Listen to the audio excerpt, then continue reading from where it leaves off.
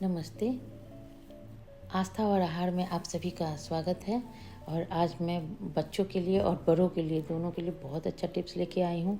जैसा कि हम सभी जानते हैं, दिसंबर और मार्च ये एग्ज़ाम्स के टाइम होते हैं बच्चों के लिए। तो बच्चों के लिए मैं छोटे छोटे दो प्रैक्टिस या प्रयोग बोल सकते हैं, जो छोटा प्रैक्टिस है जो बच्चे करेंगे तो बहुत ही अच्छा होगा। उनका पढ़ाई में कंसंट्रेशन अच्छा होगा।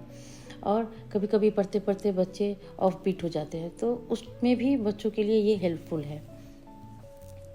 तो आज मैं माँ सरस्वती का एक प्रयोग लेके आई हूँ बच्चों के लिए।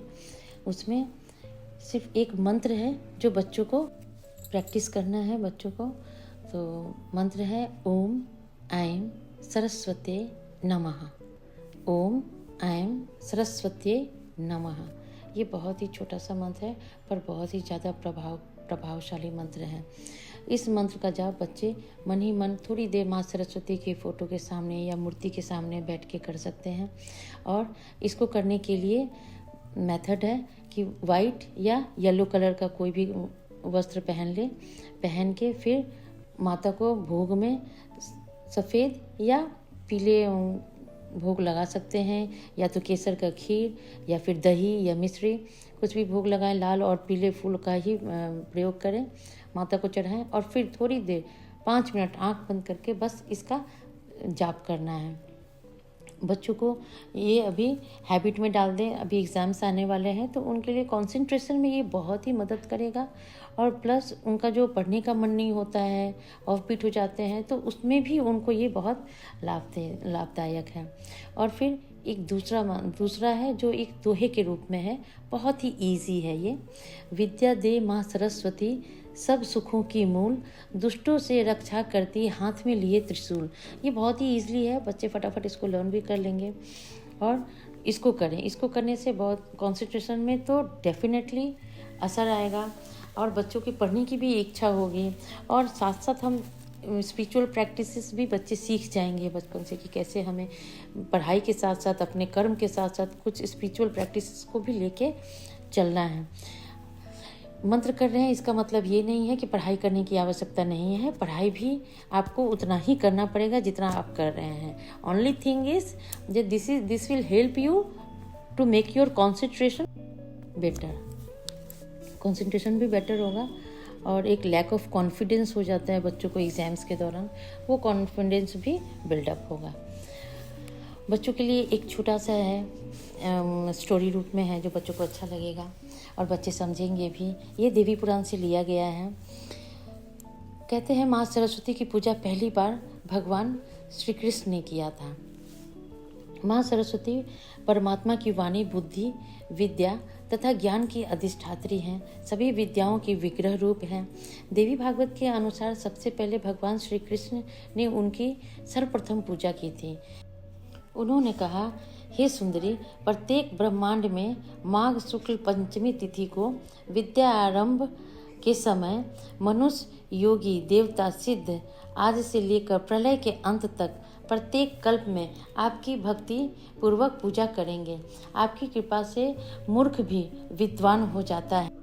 आप सभी के लिए ये जो मंत्र है वो डिस्क्रिप्शन बॉक्स में डाल देंगे, ताकि आप सभी अपने बच्चों को आदत डालें थोड़ी थोड़ी स्पिरिचुअल प्रैक्टिसेस की।